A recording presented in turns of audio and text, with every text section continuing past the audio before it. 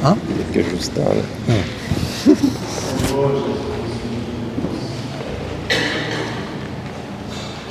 Bom dia, irmãos e irmãs, paz do Senhor.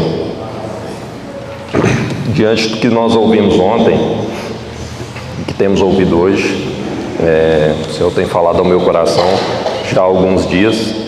Inclusive alguns dos irmãos ouviram algo do que eu vou falar na nossa reunião de lares há 2 semanas. E eu queria trazer algo para os irmãos hoje. Nós estamos reunidos para partirmos o pão, bebermos do cálice, lembrarmos do Senhor. Como o Gerson disse agora, essa última frase é o que deve estar escrito aqui. Não sei se todos já leram um dia. Jesus, pão vivo que desceu do céu, né? Eu queria começar fazendo uma oração.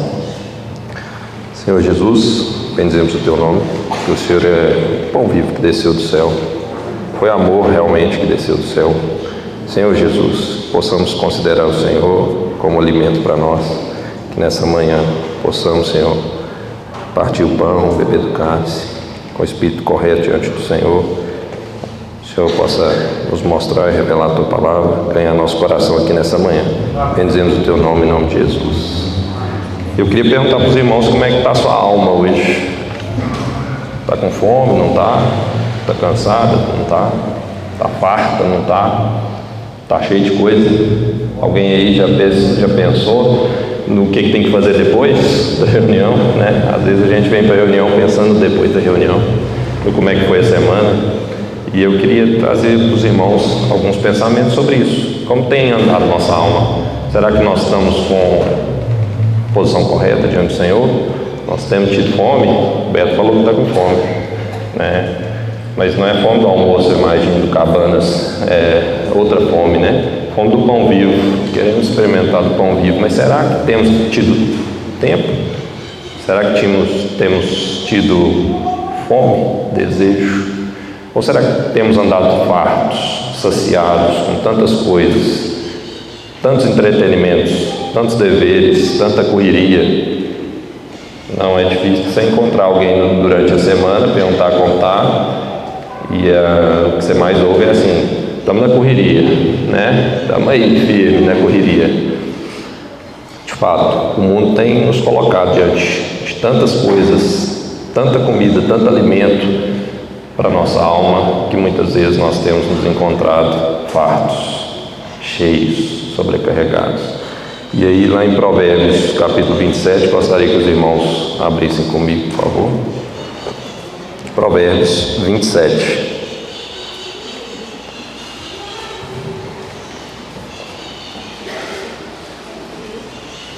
Provérbios 27, versículo 7.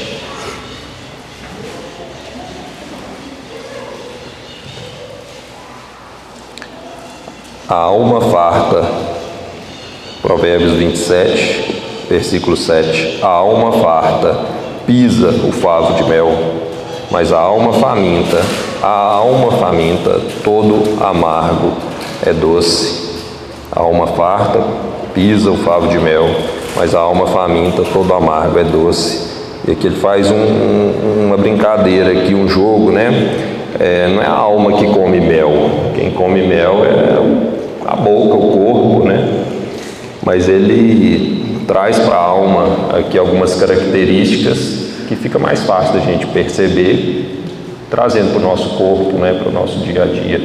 Todo mundo aqui sabe que quando está já cheio, né? No final do rodízio, passa aquele espeto de picanha suculento, primeiro corte, você não está querendo nem ver, né? Então o que tem de mais precioso muitas vezes se torna algo desprezível, né? Então eu gostaria de fazer um paralelo aqui com o que seria esse favo de mel. O que a palavra traz como sendo comparado ao mel? O favo de mel é algo muito precioso, né? Talvez seja o que há de mais doce na natureza que já vem pronto para nós. Então é muito precioso esse favo de mel. Como que nossa alma pode chegar ao ponto de pisar, desprezar, não apenas não aceitar, mas vai chegar ao ponto de pisar, né, de desprezar o que há de mais precioso. Então lá em Salmos 19,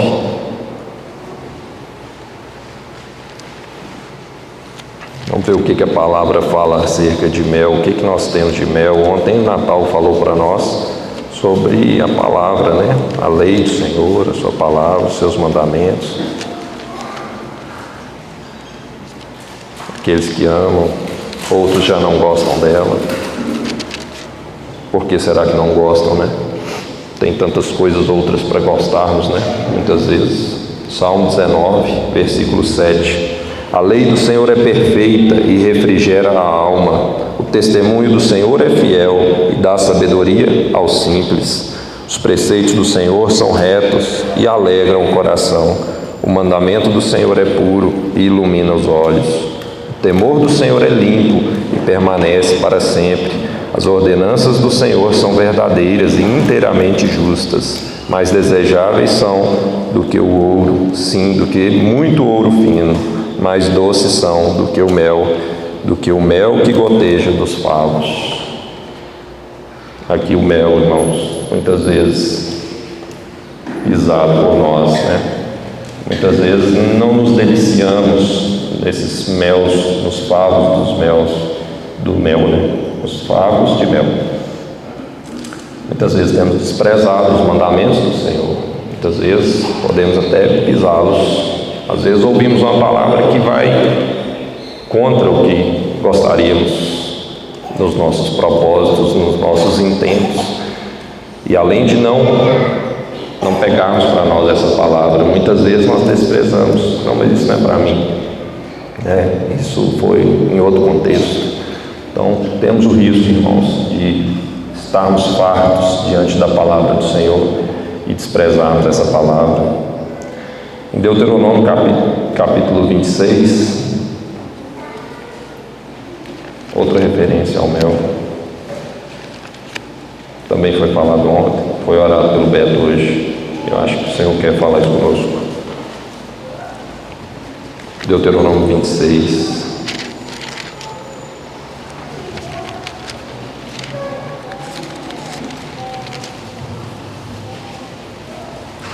Deuteronômio 26, versículo 15. Olha desde a sua santa habitação, desde o céu, e abençoa o teu povo, a Israel, e a terra que nos deste, como juraste a nossos pais, terra que mana leite e mel. Hoje o Senhor teu Deus te manda cumprir estes estatutos e juízos. Guarda-os e observa-os de todo o teu coração e de toda a tua alma. Hoje declaraste que o Senhor é o teu Deus e que andarás nos seus caminhos e guardarás os teus estatutos, os seus mandamentos, os seus juízos e darás ouvidos à sua voz. E hoje o Senhor te declarou que serás para ele um povo particular, como te tem dito, e que guardarás todos os seus mandamentos, para assim te exaltar em louvor, em nome e em glória sobre todas as nações que criou, e para que sejas povo santo ao Senhor teu Deus, como tem dito. Isso foi dito ao povo de Israel, né? Sabemos que essa terra que manda leite e mel, hoje está disponível para nós. Hoje não está apenas em Canaã, o povo de Israel, que foi naquele tempo, mas temos diante de nós essa terra para habitarmos, Jesus Cristo, nosso Senhor. Nós podemos adentrar nessa terra que mana leite e mel. E aí o convite é sempre conhecer e guardar os estatutos de Deus. Mas para que a gente aprenda esses estatutos e esteja disposto a cumpri-los, a guardá-los, nós precisamos de uma alma faminta. Nós precisamos de fato, estar dispostos a comer, a participar desse Jesus Cristo. E quando a gente joga agora para o Novo Testamento, eu gostaria de levar os irmãos a pensar sobre o que o Senhor Jesus traz sobre essa questão de alma faminta, de uma alma farta. Nós temos lá em João capítulo 4,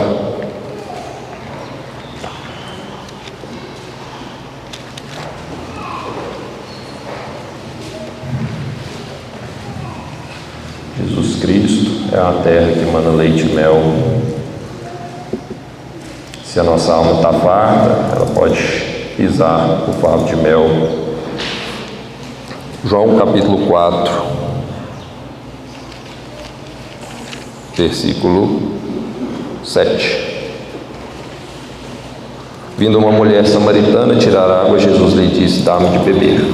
Essa história é bem conhecida, todos os irmãos vão se lembrar da mulher samaritana que chega diante do poço. Ela tem todas as ferramentas para dali tirar água, né?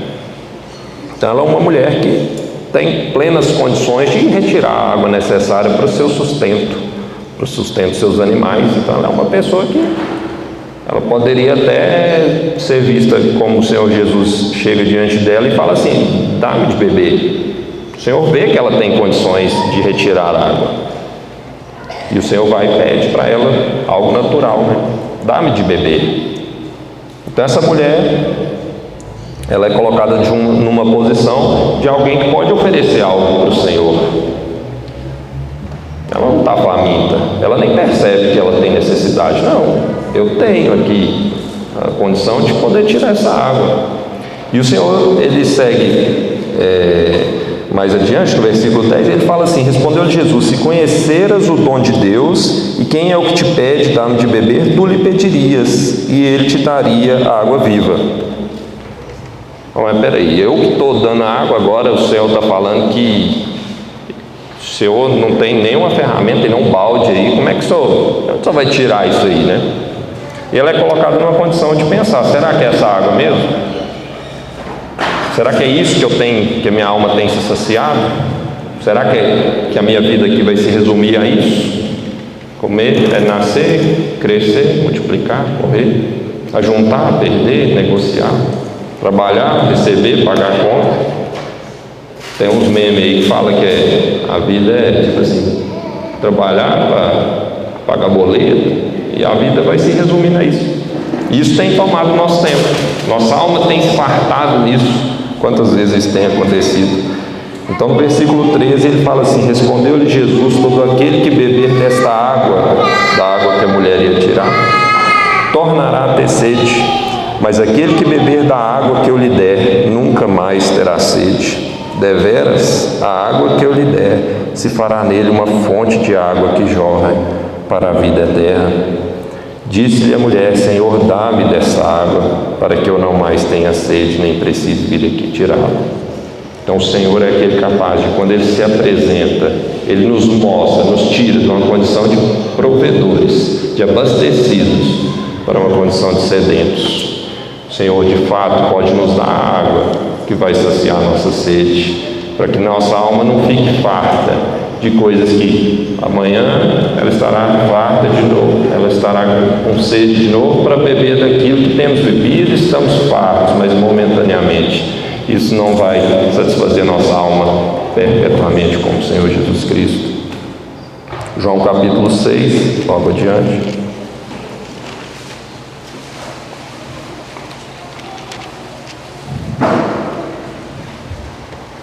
Senhor Jesus, terra que mana leite e mel, Senhor Jesus pode nos oferecer uma água que saciará a nossa sede. João capítulo 6, versículo 32, disse-lhes Jesus: em verdade vos digo, não foi Moisés quem vos deu o pão do céu, mas é meu Pai quem dá o verdadeiro pão do céu, pois o pão de Deus é aquele que desce do céu e dá vida ao mundo. Disseram-lhe: Senhor, dá-nos sempre desse pão. Então Jesus lhes declarou: eu sou o pão da vida. Aquele que vem a mim não terá fome, e quem crê em mim jamais terá sede. Mas como vos disse, vós me vistes e contudo não credes. Todo aquele que o Pai me dá virá a mim, e o que vem a mim, de maneira nenhuma o lançarei fora. Pois eu desci do céu, não para fazer a minha vontade, mas a vontade daquele que me enviou. E esta é a vontade daquele que me enviou, que eu não perca nenhum de todos os que ele me deu, mas o ressuscite no último dia. Pois a vontade do meu Pai é que todo aquele que vê o Filho e nele crê, tenha a vida eterna, e eu o ressuscitarei no último dia. Murmuravam dele os judeus, porque dissera: eu sou o pão da vida. Almas fartas. Murmuravam dele os judeus, porque dissera: eu sou o pão da vida. Diziam: não é este Jesus, o filho de José, cujo pai e mãe nós conhecemos? Então como diz ele: desci do céu? Respondeu-lhe: Respondeu Jesus: não murmureis entre vós, ninguém pode vir a mim, se o Pai que me enviou não o trouxer, e eu o ressuscitarei no último dia. Está escrito nos profetas: serão todos ensinados por Deus, todo aquele que ouve o Pai e aprende dele, vem a mim. Ninguém viu ao Pai, a não ser aquele que é de Deus, só este viu ao Pai. Em verdade vos digo, quem crê tem a vida eterna. Eu sou o pão da vida. Vossos pais comeram maná no deserto e morreram, mas aqui está o pão que desce do céu, do qual se o homem comer não morre. Eu sou o pão vivo que desceu do céu. Se alguém comer deste pão, viverá para sempre. Este pão é a minha carne, que eu darei pela vida do mundo. Temos um pão, irmãos, pão vivo que desceu do céu.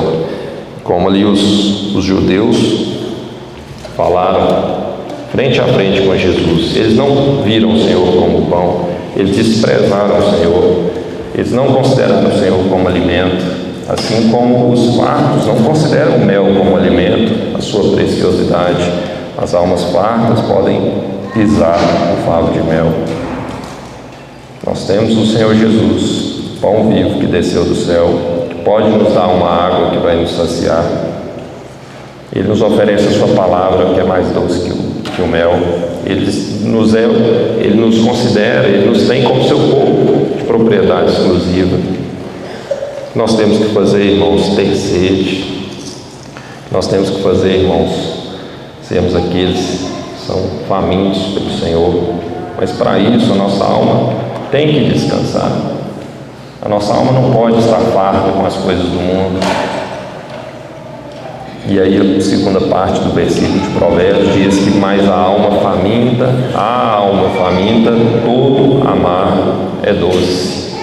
Todo amargo é doce. E aqui eu queria, então nós fizemos a primeira parte de pensar que o Senhor pode nos dar o mel. Nós, por estarmos fartos, muitas vezes podemos nos colocar na posição de estar visando isso que o Senhor nos oferece. E aí eu queria fazer uma pergunta aqui das crianças de até 12 anos. Quem que gosta de jiló? Pode levantar a mãozinha aí. Cheio um. E os acima? Quem gosta de jiló aí? A mãozinha levantou mais. O que será que é isso? Por que será que o amargo se torna mais palatável? Nem tão ruim assim depois que vamos amadurecendo. Nosso paladar se aprimora e o amargo se torna mais prazeroso muitas vezes. O chocolate branco já vira chocolate ao leite, depois meio amargo, depois os 70%. Começou a comer os 70%, não quer voltar para o chocolate branco mais. Chocolate branco, docinho, é bom para um paladar de criança. Mas quando aprende a experimentar do doce, quando amadurece esse paladar, ele sente mais prazer no amargo do que no doce. E aí nós somos convidados a ter essa alma faminta. A alma faminta, todo amargo é doce. E aí eu queria mostrar a fartura da nossa alma, que ela pode ser no mel, no leite, na água, no pão. Nós temos a fartura diante do Senhor, podemos nos farturar diante do nosso Senhor, mas também nós somos convidados a encontrar doçura no amargo. E eu queria ler em 1 Pedro 4,12.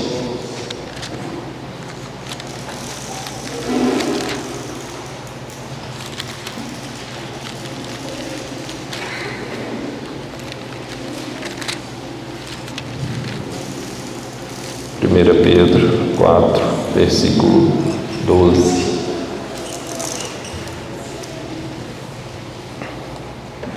Amados, não estranheis a ardente prova que vem sobre vós para vos tentar, como se coisa estranha vos acontecesse, mas alegrai-vos no fato de seres participantes das aflições de Cristo, para que também na revelação de sua glória vos regozijeis e alegreis.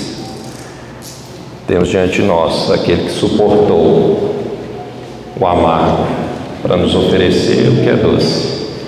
E então, essa obra tremenda, Ele nos inclui como participantes, para podermos participar juntamente com Cristo das aflições. E esse é o convite que eu tenho para os irmãos, para que no amadurecimento das nossas almas possamos encontrar doçura no amargo, que muitas vezes é para a nossa alma, sofrer e padecer por Jesus Cristo. Irmãos, temos o privilégio de sermos estes, escolhidos para habitar nessa terra, para sermos um povo exclusivo de Deus. O Senhor nos oferece muitas delícias para a nossa alma, e Ele nos convida para encontrar doçura no amargo, que muitas vezes é para nós tomarmos a nossa cruz e seguirmos a Jesus diante da mesa. Queria lembrar os irmãos, então, que possamos ter a nossa alma faminta, porque quando nós nos aproximarmos do Senhor, nós muitas vezes chegamos cheios, como capazes, como aqueles que podem até oferecer água, mas ao nos aproximarmos de fato do Senhor, Ele nos mostrará o quão sedentos nós estamos. Então Ele pode demonstrar essa fome que nós temos de fato, das coisas que são eternas, e não ficarmos saciados com as coisas que são temporais. Jesus Cristo, o pão vivo que desceu no céu, suportou a amargura, suportou a cruz, para que hoje pudéssemos desfrutar da sua doçura, do mel, do leite, da água, do pão. Mas Ele também nos convida a sermos participantes das aflições que a nossa alma vai ter que suportar. Eu queria encorajar os irmãos nessa manhã, com os corações gratos, pudéssemos considerar como tem andado a nossa alma. Então, diante do pão, do cálice, vamos agradecer ao Senhor por esse tempo. Bendito Senhor, muito obrigado, Senhor, porque o Senhor é aquele que sacia a nossa alma. Bendito seja o Teu nome, Senhor, porque o Senhor suportou tamanho sofrimento, para que hoje pudéssemos ter vida, para que hoje pudéssemos acessar essa terra, Senhor, que mana leite e mel. Jesus amado, nos ajude, Senhor, a não sermos aqueles que pisam o favo de mel, mas que possamos, Senhor, encontrar doçura no amargo. Em nome de Jesus, bendizemos o Teu nome nessa manhã. Amém.